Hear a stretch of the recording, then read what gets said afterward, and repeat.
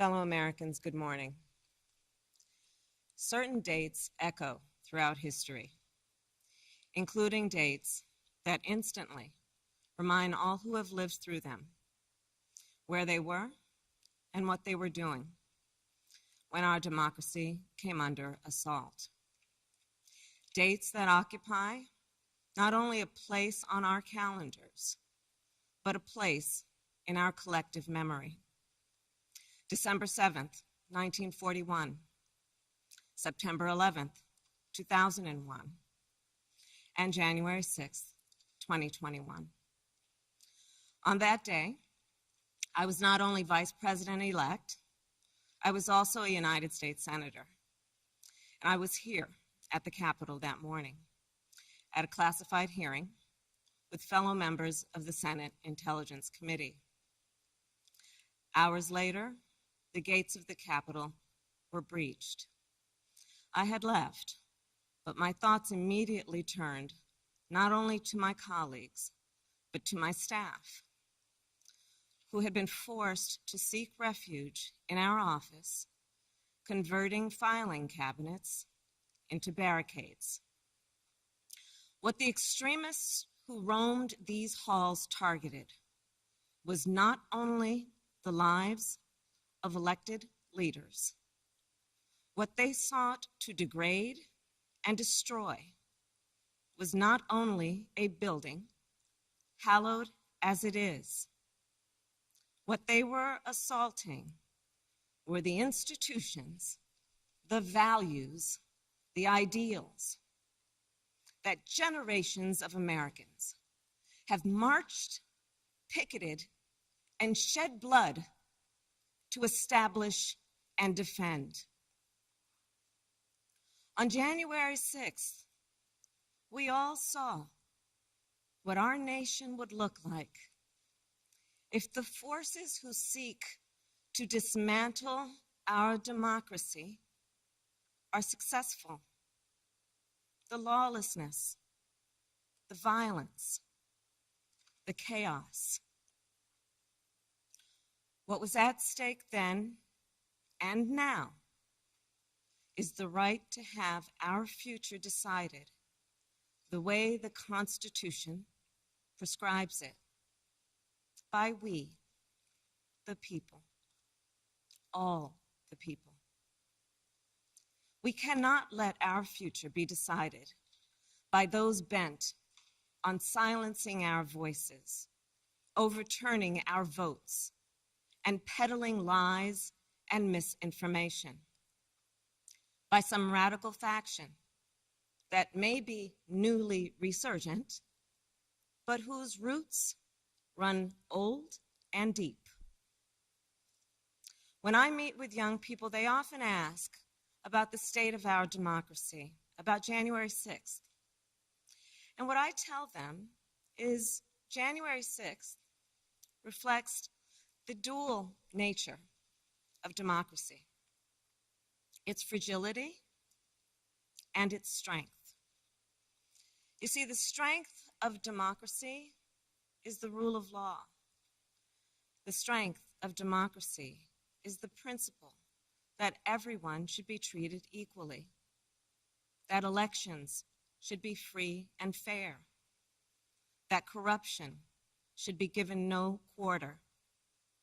The strength of democracy is that it empowers the people. And the fragility of democracy is this, that if we are not vigilant, if we do not defend it, democracy simply will not stand. It will falter and fail. The violent assault that took place here, the very fact of how close we came to an election overturned, that reflects the fragility of democracy. Yet, the resolve I saw in our elected leaders when I returned to the Senate chamber that night, their resolve not to yield, but to certify the election, their loyalty not to party or person, but to the Constitution of the United States. That reflects its strength.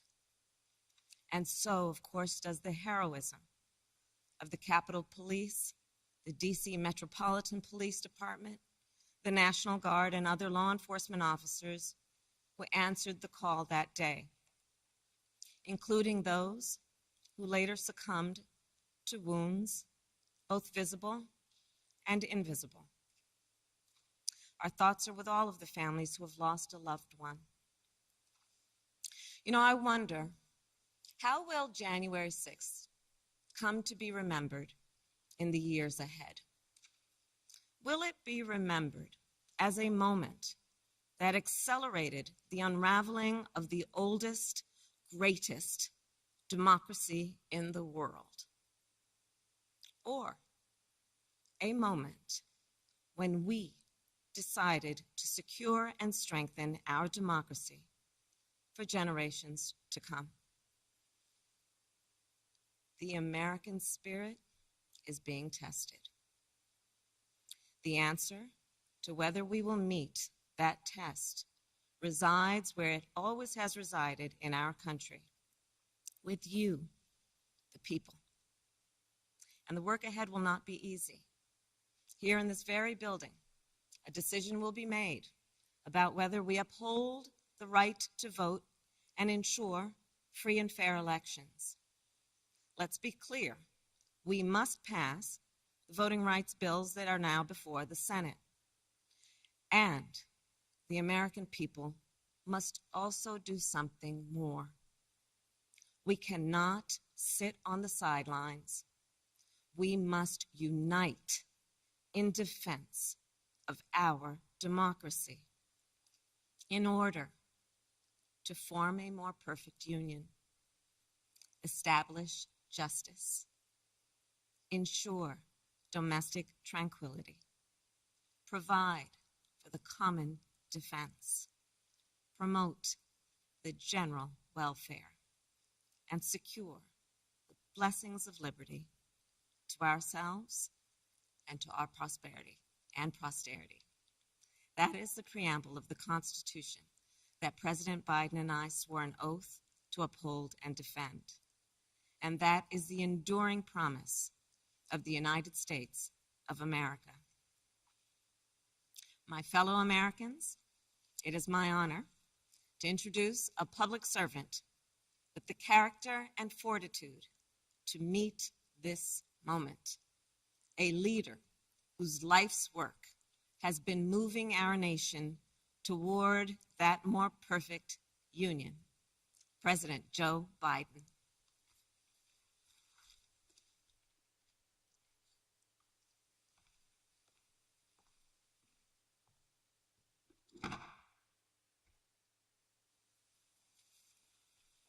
Madam Vice President, my fellow Americans, to state the obvious, 1 year ago today, in this sacred place, democracy was attacked, simply attacked. The will of the people was under assault. The Constitution, our Constitution, faced the gravest of threats. Outnumbered in the face of a brutal attack, the Capitol Police, the DC Metropolitan Police Department, the National Guard, and other brave law enforcement officials saved the rule of law. Our democracy held. We, the people, endured. We, the people, prevailed. For the first time in our history, a president had not just lost an election, he tried to prevent the peaceful transfer of power as a violent mob breached the Capitol. But they failed. They failed. And on this day of remembrance, we must make sure that such attack never happens again. I'm speaking to you today from Statuary Hall in the United States Capitol. This is where the House of Representatives met for 50 years in the decades leading up to the Civil War. This is on this floor. It's where young Congressman from Illinois, Abraham Lincoln, sat at desk 191 Above him, above us, over that door leading into the rotunda, is a sculpture depicting Cleo, the muse of history. In her hands, an open book in which she records the events taking place in this chamber below. Cleo stood watch over this hall 1 year ago today, as she has for more than 200 years. She recorded what took place, the real history, the real facts, the real truth, the facts and the truth that Vice President Harris just shared, and that you and I and the whole world saw with our own eyes. The Bible tells us that we shall know the truth, and the truth shall make us free. We shall know the truth. Well, here is the God's truth about January 6, 2021. Close your eyes. Go back to that day. What do you see?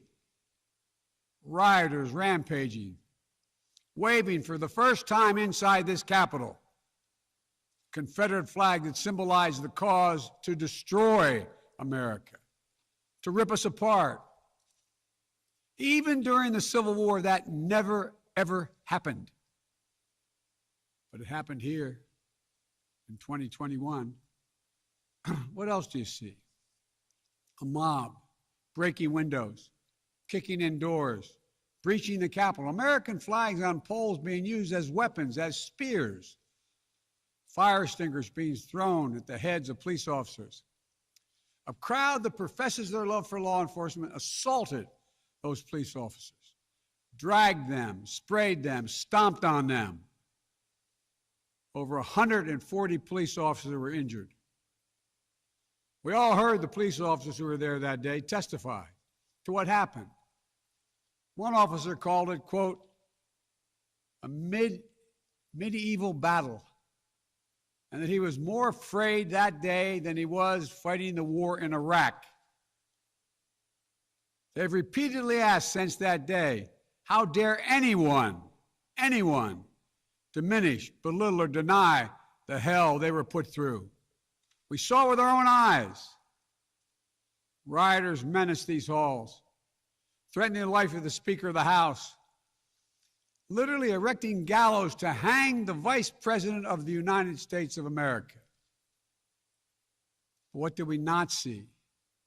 We didn't see a former president who had just rallied the mob to attack, sitting in the private dining room off the Oval Office in the White House, watching it all on television and doing nothing for hours as police were assaulted, lives at risk,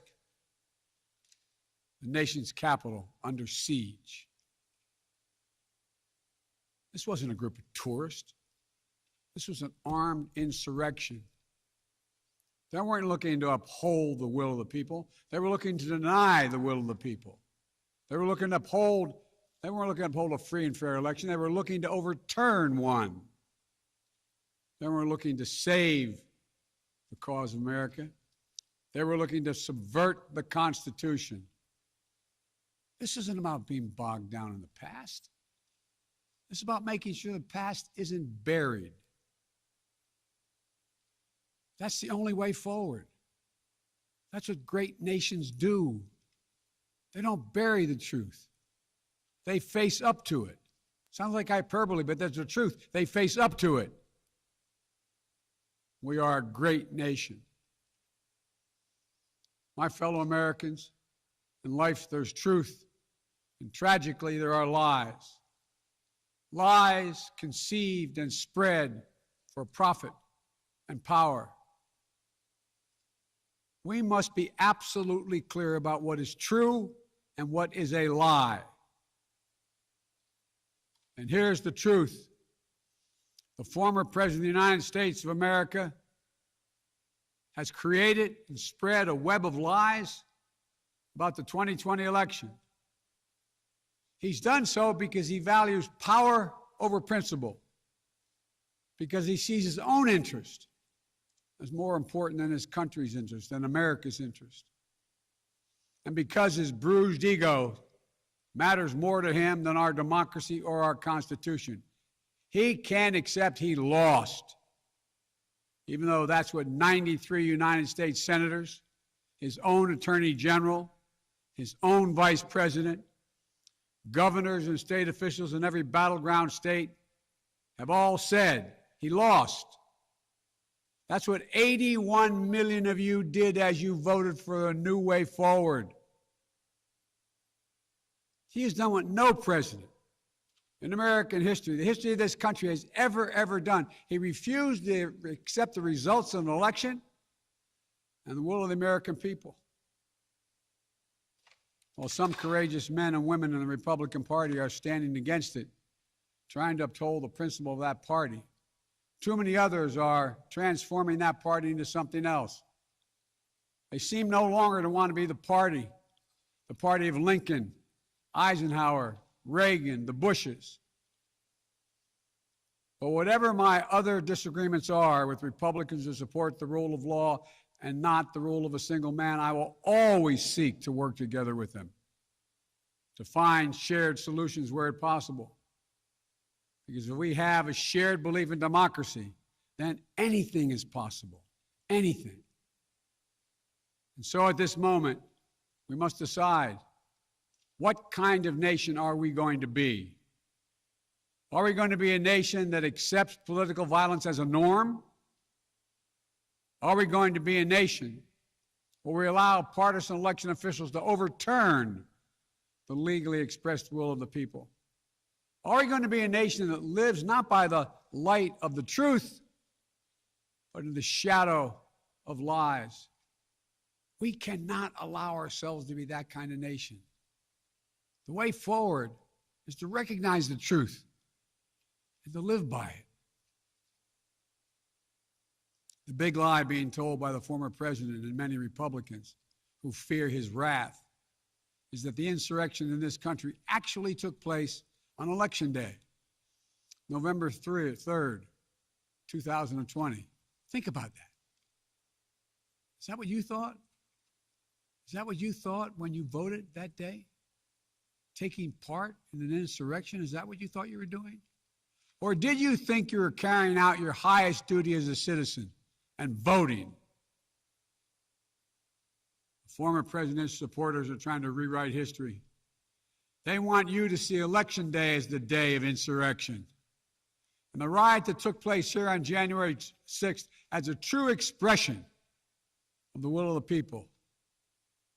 Can you think of a more twisted way to look at this country, to look at America? I cannot. Here's the truth. The election of 2020 was the greatest demonstration of democracy in the history of this country. More of you voted in that election than have ever voted in all of American history. Over 150 million Americans went to the polls and voted that day. In a pandemic, some at great risk to their lives. They should be applauded, not attacked. Right now, in state after state, new laws are being written, not to protect the vote, but to deny it. Not only to suppress the vote, but to subvert it. Not to strengthen or protect our democracy, but because the former president lost, instead of looking at the election results from 2020 and saying they need new ideas or better ideas to win more votes, the former president and his supporters have decided the only way for them to win is to suppress your vote and subvert our elections. It's wrong. It's undemocratic. And frankly, it's un-American. The second big lie being told by the former president and his supporters is that the results of the election of 2020 can't be trusted. The truth is that no election in American history has been more closely scrutinized or more carefully counted.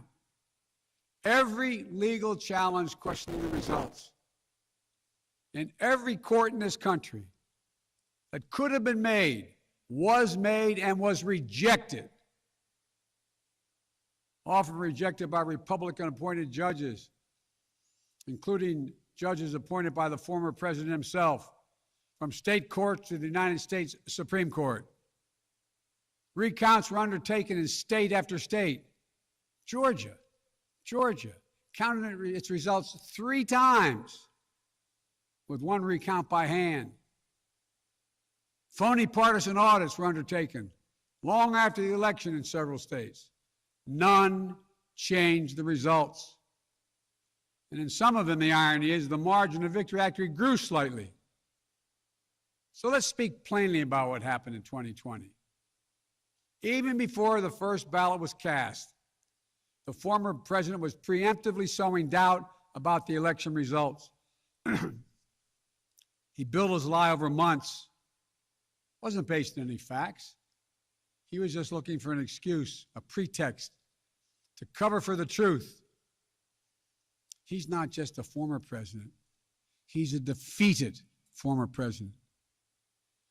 Defeated by a margin of over 7 million of your votes in a full and free and fair election. There is simply zero proof the election results were inaccurate.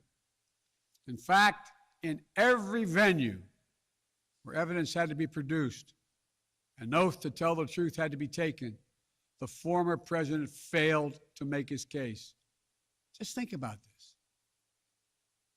The former president and his supporters have never been able to explain how they accept as accurate the other election results that took place on November 3rd. The elections for governor, United States Senate, House of Representatives. Elections which they closed the gap in the House. They challenged none of that. The president's name was first. Then we went down the line. Governors, senators, House Representatives. Somehow those results are accurate on the same ballot. But the presidential race was flawed. And on the same ballot, the same day, cast by the same voters. The only difference, the former president didn't lose those races.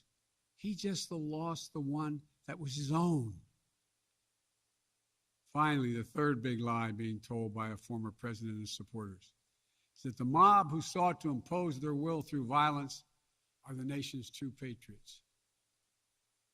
Is that what you thought when you looked at the mob ransacking the Capitol, destroying property, literally defecating in the hallways, rifling through the desks of senators and representatives, hunting down members of Congress?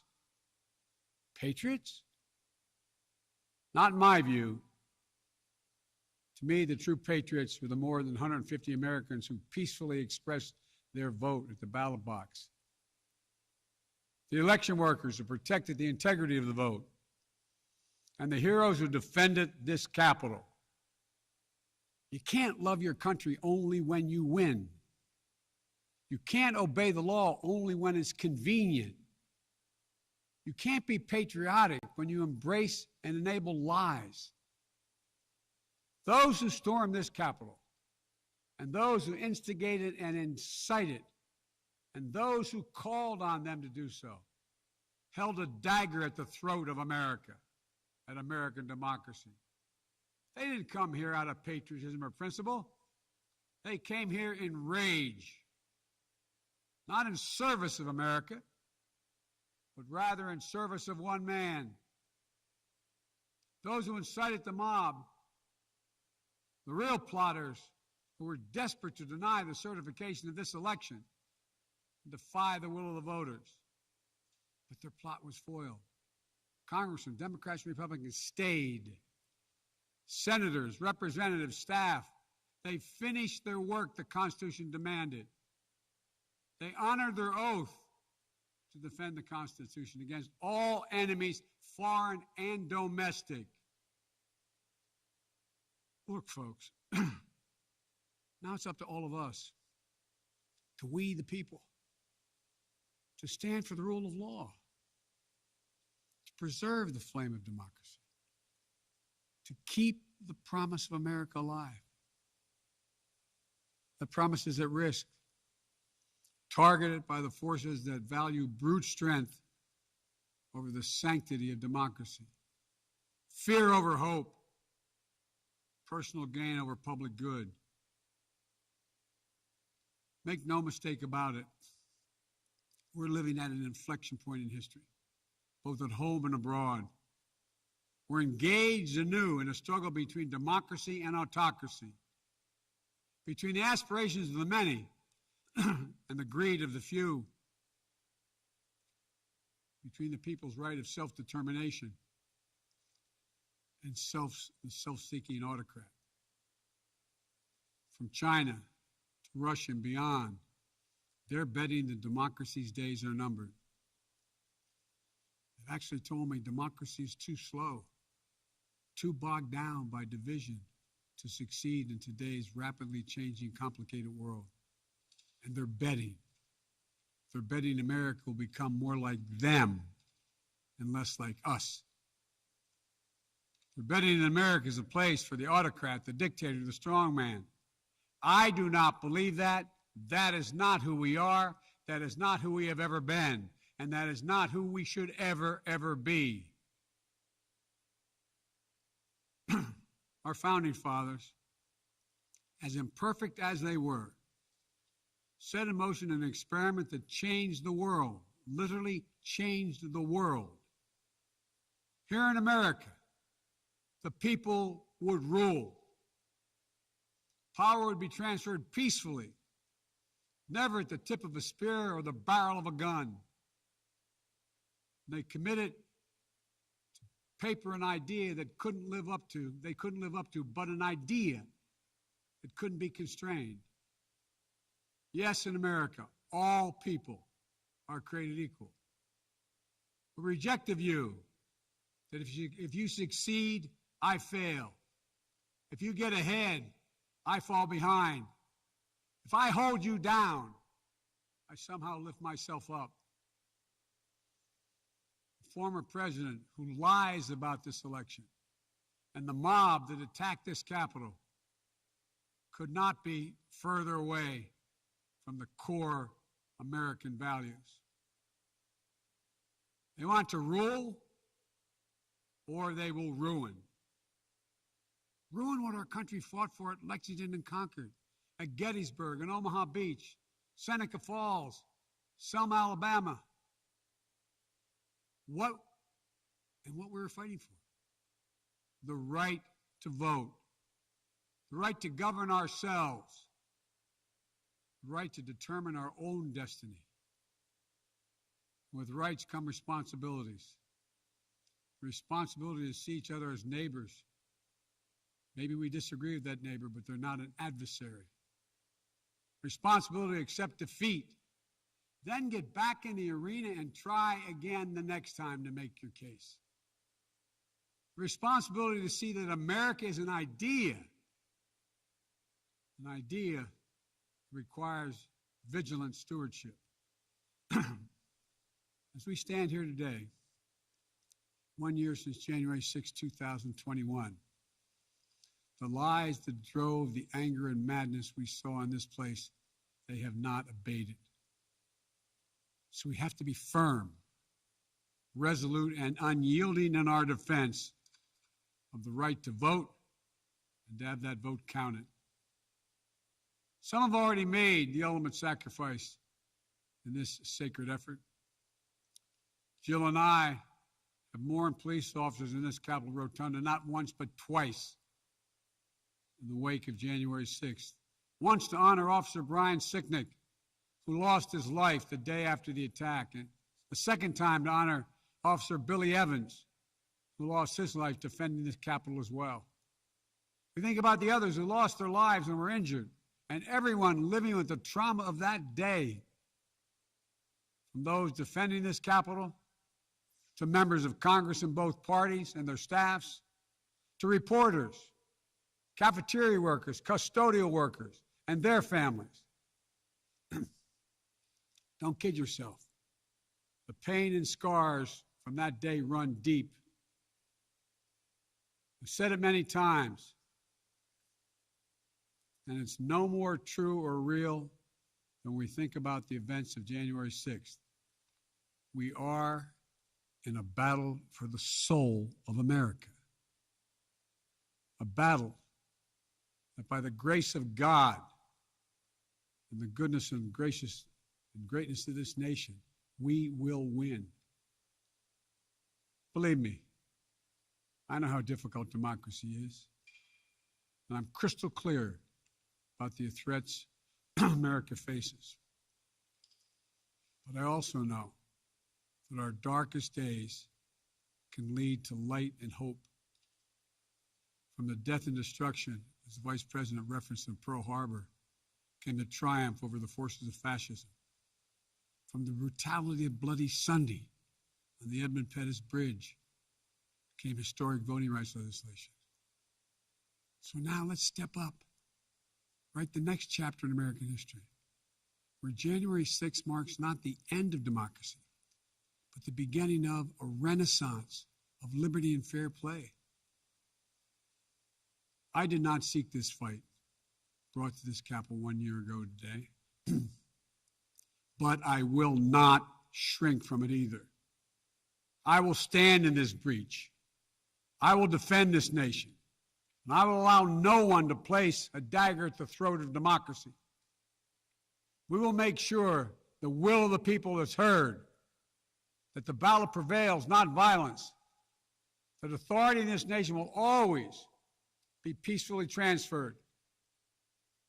I believe the power of the presidency and the purpose is to unite this nation, not divide it, to lift us up, not tear us apart. To be about us, not about me. Deep in the heart of America burns a flame, lit almost 250 years ago, of liberty, freedom, and equality. This is not a land of kings or dictators or autocrats. We're a nation of laws, of order, not chaos, of peace, not violence. Here in America, the people rule through the ballot, and their will prevails. So let us remember, together, we're one nation, under God, indivisible. That today, tomorrow, and forever at our best, we are the United States of America. God bless you all. May God protect our troops. And may God bless those who stand watch over our democracy.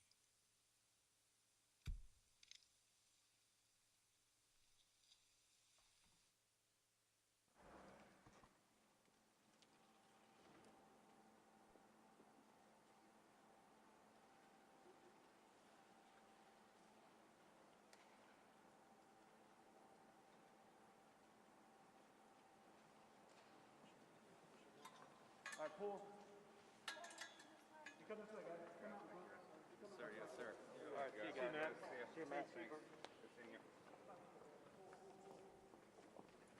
Thank you, guys. Thank you.